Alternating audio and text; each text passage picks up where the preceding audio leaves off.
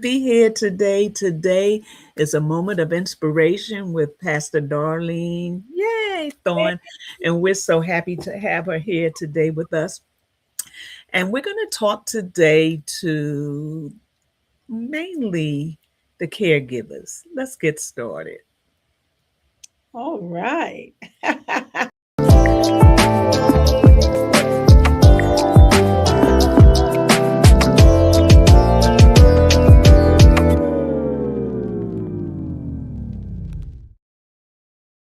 So, Pastor Darlene, she's a woman of many talents. She has a lot that goes on. She has several ministries. She has the ministry to the caregivers. She Mhm. has the father, what is it? A A heart heart after the father. She Yeah. has the refresh, refill, and renew. She Mhm. also has a book, embracing, what is it? Embracing Grace. And Yeah. that book was written by how many? There's a total of six of us. Yeah, Yeah. six caregivers that Yes.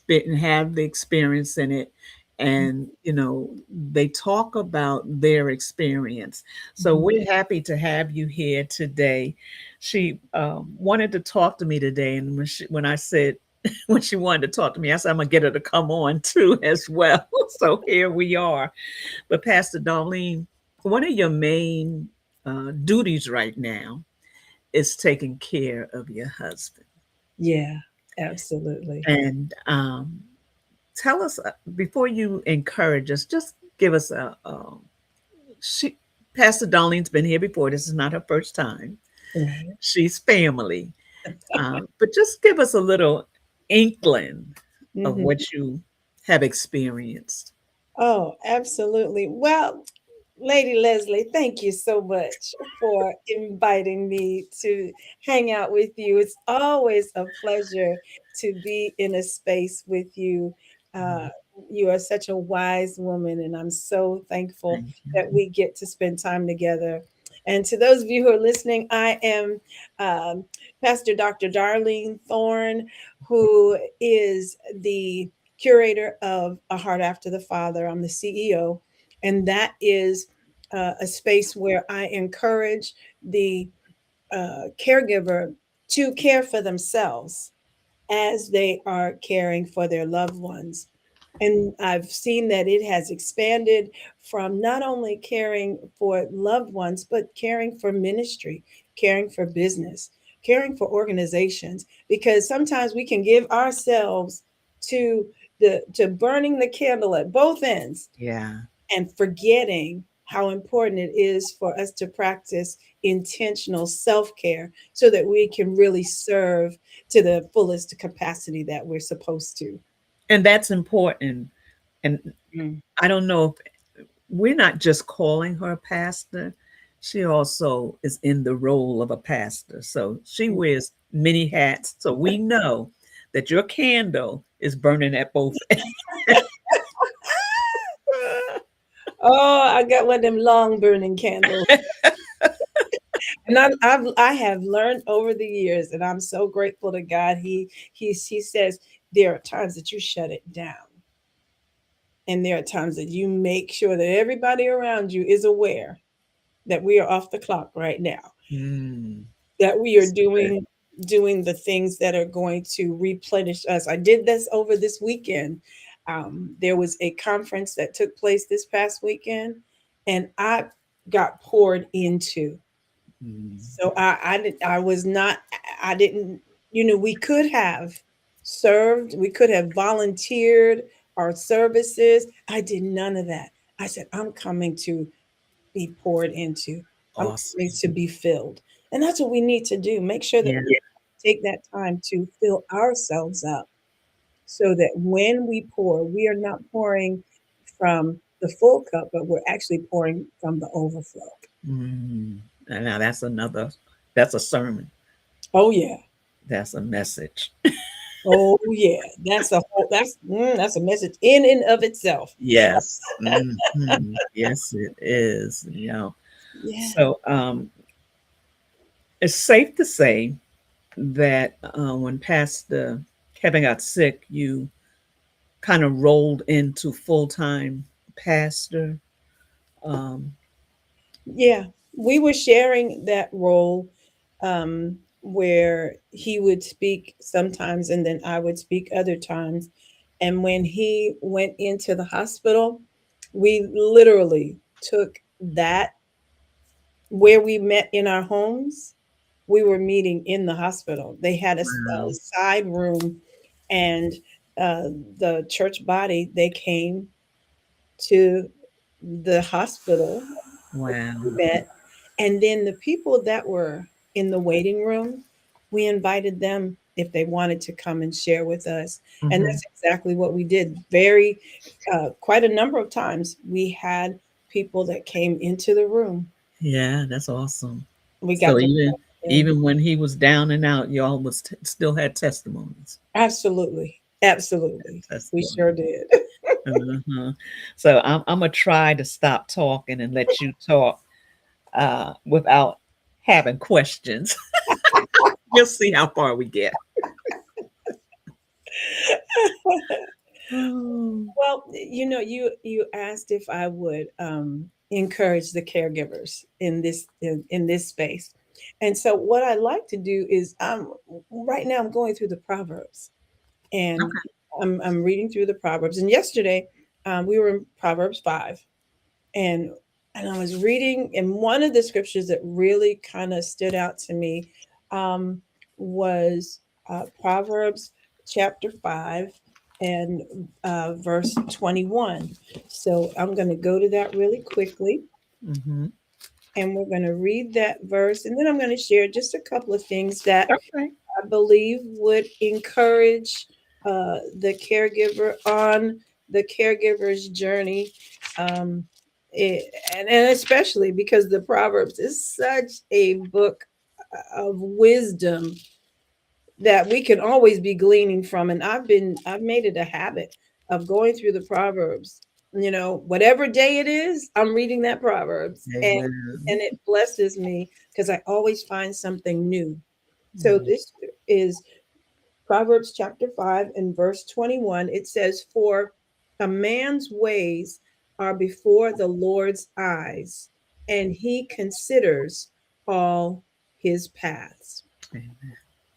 And so I'd like to encourage our caregivers to understand that the Lord, he observes all of our ways. He he sees us where we are. He sees the intricacies of the pain, the hurt, the joy, the rejection, the all of the things. He sees it. And God is very aware. He's aware of our efforts. He's aware of our struggles. He's aware of the sacrifices that we make. And this awareness should give us a peace.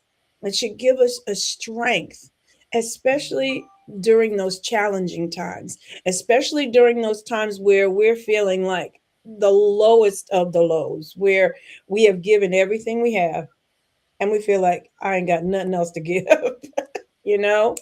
And it's at that time that we can rely on our Father, rely on God to know that He is divinely aware of the situations that we face.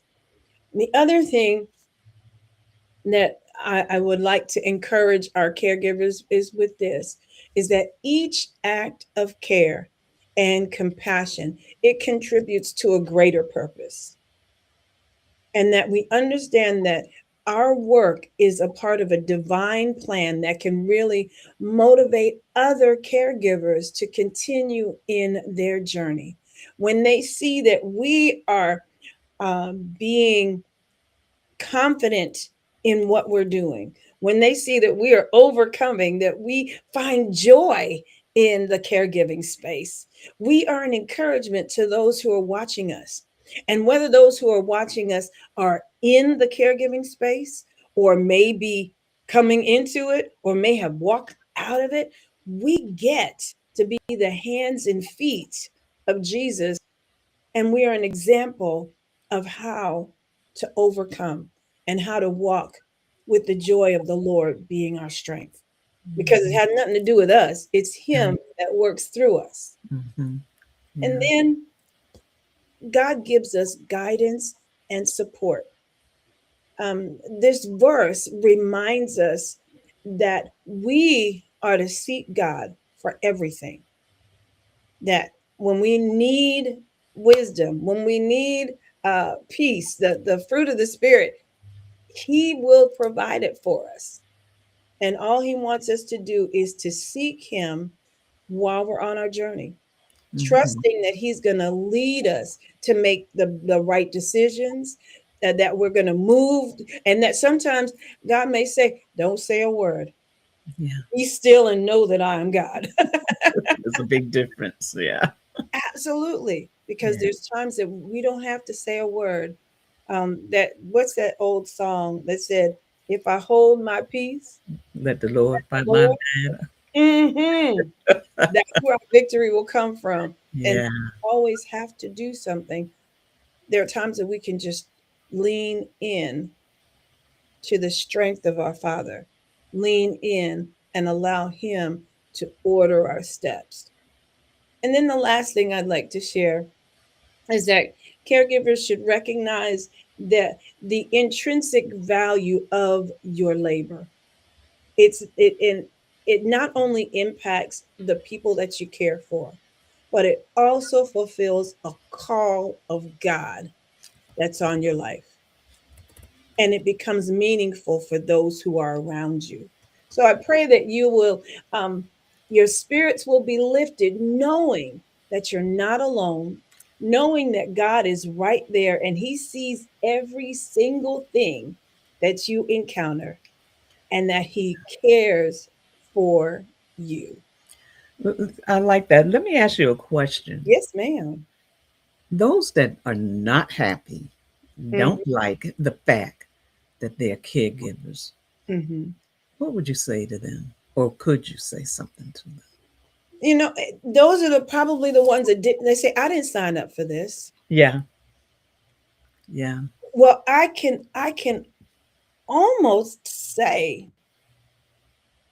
that maybe 98% Say that. of the people that are caregivers didn't sign up for it. Right. That's right. So we're all in the same space, whether we saw it coming or whether it was almost dumped on you. You're built for this. Mm. May I encourage you to take a moment and think about your life. Think about the things that happen in your life. Think about the the journey that got you to where you are. I can almost guarantee you that there are certain things you experienced in your life that have prepared you for where you are today. And I would like to encourage you and I invite you to look and see that there is a strength that is inside of you. There is hope that you give to someone else. And when you think about the fact that I'm able to do it, whether I signed up for it or not, I'm able to do it. We can say, God, I thank you for giving me the grace, for equipping me, and that even though I don't understand it, it hurts sometimes, it pains me sometimes, Yeah. I am going to choose to give you thanks. I'm going to choose to cast all my cares on you because I know you care for me. Mhm.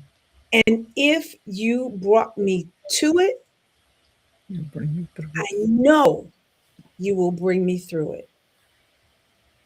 And a lot of the change that takes place, it starts right here. Hmm. When we change our minds, we can affect change in our lives. We can bring healing to our bodies, and we can bring um, a, a resilience in our spirit as we lean into the things that God has prepared us. He's prepared us.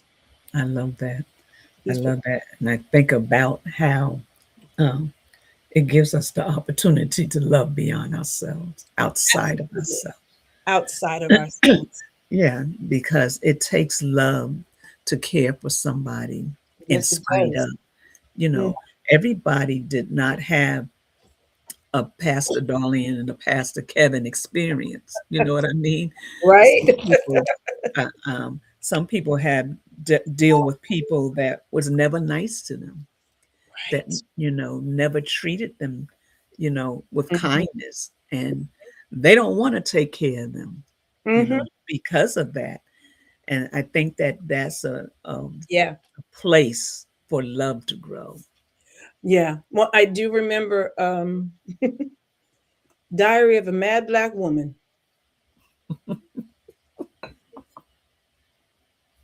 Do you recall? I believe that as she recognized her worth, Her worth,